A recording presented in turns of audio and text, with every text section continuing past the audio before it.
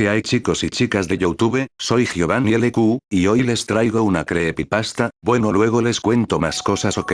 Bueno, sin más tonterías, empecemos. ¿Qué hace a un monstruo o un monstruo? Por favor, no me preguntes en dónde trabajo. No te diré la escuela. No te diré la ciudad. Ni siquiera te diré el estado. Es mejor que no lo sepas. Trabajo como oficial de policía del campus.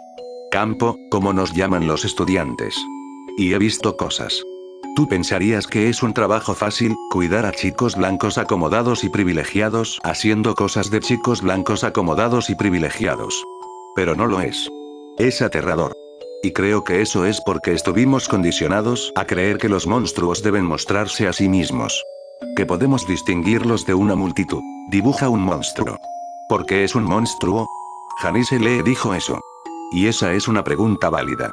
¿Qué hace a un monstruo o un monstruo? Estamos acostumbrados a categorizar a los monstruos como esas cosas deformadas y grotescas. Pero la verdad es que los monstruos reales no se ven así. Se ven como gente normal. Se ven como tu vecino, se ven como tu madre, se ven como tu padre. Y, a veces, se ven como chicos blancos acomodados y privilegiados. Su nombre era Joshua Simmons. Ese no es un nombre falso. Sé que no es ético usar nombres reales en este tipo de cosas, pero él no se merece la cortesía del anonimato. No importa, de todos modos. No vas a encontrar nada en él. Sus padres se aseguraron de eso. Incluso después de todo, supongo que el dinero hace que el mundo se mueva, y el universo se lo comió. Pero estoy adelantándome. Joshua Simmons se veía como alguien normal. Y para todos los efectos, eso es exactamente lo que era. Un hombre adulto joven de la variedad de fraternidades que pensaba que el mundo se trataba sobre él. Ya conoces ese tipo. Y eso es lo que opinaba sobre él, hasta que las chicas empezaron a entrar. Habían demasiadas. Dios, habían tantas. Primero, segundo, tercer y cuarto año. Chicas que iban a esa escuela y chicas que no. Y todas ellas tenían dos cosas en común, y eso era que cada una tenía algo que les faltaba que se supone que debía estar ahí, algo desagradable pero importante, y que cada una de ellas estaba ahí para hablar de Joshua Simmons. Y tuve que escuchar cada una de sus historias, y tuve que tratar de decirles que a menos que estuvieran dispuestas a testificar, no haríamos ni una maldita cosa. Creo que al principio no quería creer que era él. Que pudiera ser él, pudiera ser alguien que conocía, alguien que veía todos los días. No quería creer que él podía caminar sobre las escenas de sus crímenes como si nada estuviera mal, como si fuera otro día más. Quería pensar que era alguien más, un intruso, un desconocido o, si era un estudiante, uno de mis estudiantes. Al menos que se sintieran culpables por eso. Que se los estaba comiendo la culpa. Que no pudieran ir a clase, que ni siquiera pudieran levantarse sin vomitar después de hacer algo así. Pero Joshua sí fue a clase, y lo hizo bien. Jugó en todos los partidos de fútbol del equipo. Fue a todas las fiestas. Siguió viviendo la vida como si nadie pudiera tocarlo. Y por un largo, largo tiempo, no pudimos. Y luego Amy apareció. A diferencia de Joshua, Amy no es su verdadero nombre, y no te voy a decir cuál es. Es todo lo que pude hacer por ella, pero se merece ese poco. Amy no era como las demás, no como las demás chicas, es un dicho que nunca toleré. ¿Qué significa, como las demás chicas? No significa nada. Es un índice que usan los idiotas para describir a sus maníacas chicas mágicas. Pero cuando digo eso, no me refiero a que no fue como ninguna otra chica antes. Digo que no era como las chicas que vinieron después. Había algo en ella que me ponía nervioso, hacía que se me pusieran los pelos de la nuca de punta. Algo peligroso en la forma en que veía a las personas, como si hubiera perdido todo y más. Nunca pongas a alguien con la espalda contra la pared. Mi padre solía decir eso todo el tiempo. Nunca pongas a alguien en la posición donde no tienen nada que perder y todo que ganar. No era la forma en que ella actuaba, exactamente. Si tuviera que resumirlo todo a una sola cosa, diría que eran sus ojos. Dicen que los ojos son la ventana del alma, y si eso es cierto, no sé qué diría sobre ella, porque sus ojos estaban muertos. Fríos y sin emoción y salvajes, como si pudiera arrancarte la garganta con sus dientes sin siquiera parpadear. Y la diferencia entre Amy y las demás chicas es que ella estaba lista para testificar. El juicio fue en noviembre, justo antes del Día de Acción de Gracias, y recuerdo que no tenía nada para agradecer. No por estas chicas. Y Amy contó su historia. No lloró. Su voz no se estremeció. Ella ni siquiera miró a Joshua Simmons, sentándose 3 metros lejos de ella, sonriendo como si supiera que era intocable. Ella contó su historia y el cuarto entero estaba en silencio. Y cuando terminó, se sentó ahí en silencio hasta que el abogado le hizo unas preguntas. E incluso esas las respondió tan calmada como era posible. Y cuando fue descartada y se fue a sentar, la audiencia entera comenzó a hablar en voz baja hasta que el juez pidió orden en la sala. El resto del juicio fue un borrón. Sé que había testigos que estaban ahí para atestiguar la integridad de Joshua. Sé que sus amigos estaban ahí para excusarlo. Sé que Joshua Simmons se comportó tan arrogante como podía ser, y sé que quería usar la Biblia sobre la que él había jurado para aventársela a la cara convirtiéndola en una pulpa sangrienta. Pero no recuerdo las preguntas que hicieron, ni las respuestas que dieron. No recuerdo nada desde la mirada que Amy me dio luego de testificar.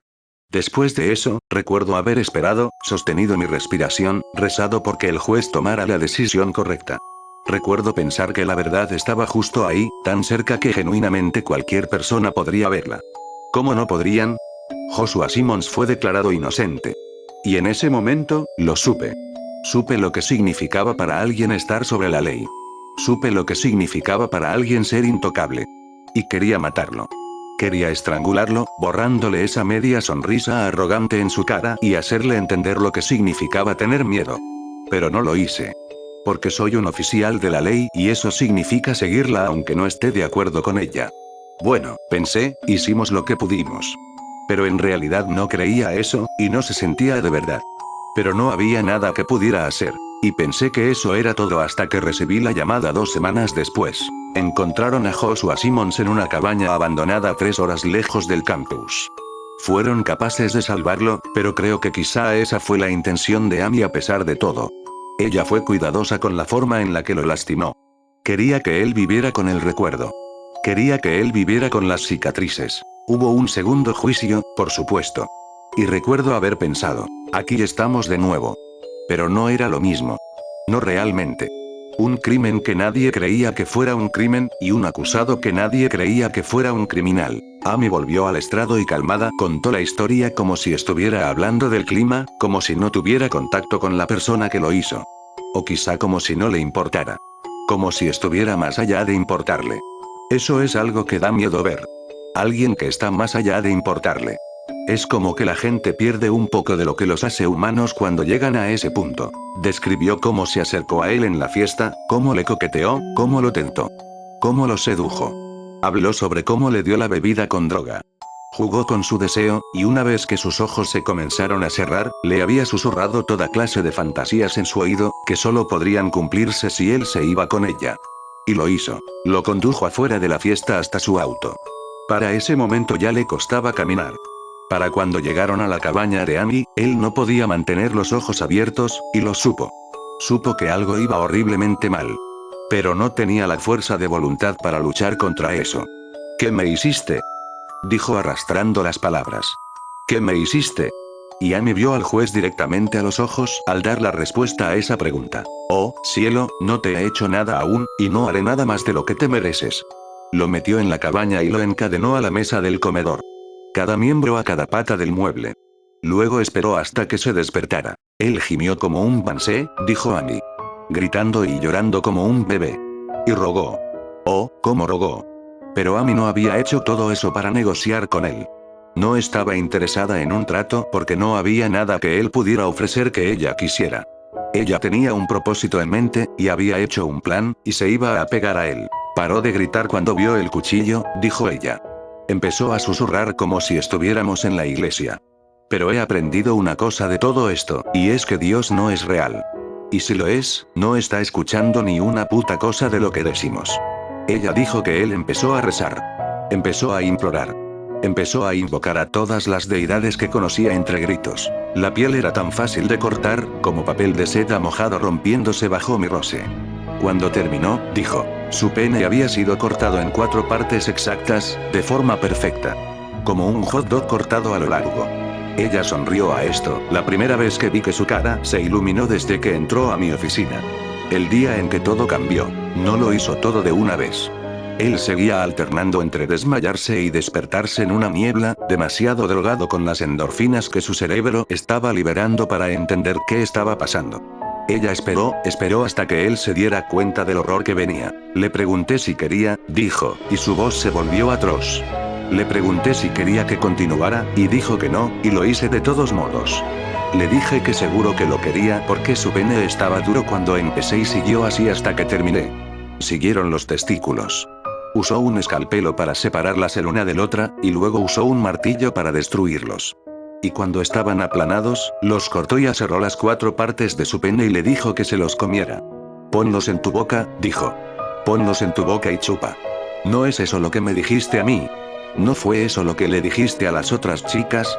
Él estaba llorando y ella forzó esos pedazos sangrientos dentro de su boca. Empujó y le tapó la nariz. Y se los comió. Le hizo comer sus propios genitales, y lo hizo muy cuidadosamente. Lo hizo tomar cada gota de su propia sangre. Luego llamó a los reporteros. No les dijo lo que encontrarían, solo que seguramente querían ser los primeros en descubrir la noticia. Les dijo a dónde ir y cómo llegar ahí. Que la puerta estaba abierta. Que trajeran sus cámaras. Después condujo a la estación de policía, con ropa sangrienta y todo, y se entregó. El bastardo ni siquiera me recordaba, se rió a mí. Recuerdo esa parte distintivamente. Se oía como cuando estás más allá de que te importe. Ni siquiera me recordaba. Ni siquiera recordaba mi nombre. De todo lo que dijo, eso fue lo que más me enfermó. Loco, ¿no? Como la cosa más inofensiva puede ser lo que te empuja al nerviosismo. El juez volvió antes de que se cumpliera una hora. Inocente por razones de locura. Y quería llamarlo una victoria, pero luego recordé la forma en la que Amy se rió, y supe que no era una victoria. Porque no había perdido el juicio, había perdido algo más importante y mucho más definitivo que una decisión en la corte. Y cuando la estaban llevando lejos, me miró y sonrió. A veces me pregunto cuántas chicas había. ¿Cuántas no declararon? ¿Cuántas hasta este día ni siquiera saben, no se acuerdan suficiente de esa noche para reunir las piezas y descubrir lo que les hicieron? Me pregunto cuántas chicas habrá salvado a mí. Me pregunto cuántas veces la persona equivocada cae por el costo de la retribución. Me pregunto cuántas veces el precio es algo que no puede ser devuelto. Y no sé. No lo sé, no se confundan, Joshua Simmons es 100% el antagonista de esta historia. Las cosas que hizo fueron más allá de lo monstruoso. Pero la peor cosa de todo esto es que no sé si Joshua era un monstruo. Creo que podrías hacer un caso con eso. Pero a veces me siento en el balcón a fumar y a preguntarme si él simplemente era una persona. Quiero creer que el mal es el verdadero culpable, que las personas son solo un conducto para que la oscuridad actúe a través de ellos. Eso hace a las cosas más fáciles. Eso hace que sea más fácil declarar, superarlo. Lo hizo sin pensar. Él no sabía qué estaba haciendo. Aprendió su lección. Si la persona no está viciada por sí, entonces hay una fuerza exterior actuando sobre esa persona. Y quiero creer en eso, pero creo que la verdad es que él sí estaba pensando, que sabía qué estaba haciendo, que la única cosa que aprendió es a no ser visto la próxima vez. Porque con gente como Joshua, siempre hay una próxima vez. Si no es una fuerza del exterior, si no hay otra persona que hizo que Joshua hiciera las cosas que hizo, entonces fue él. Solo fue una persona. No un monstruo. Solo un hombre. Y lo que asusta es que eso es lo que somos, solo personas. Y si Joshua pudo hacerlo, entonces ¿quién dice que no podemos? ¿Quién dice que no podemos tomar a una persona como Amy y destruir su humanidad?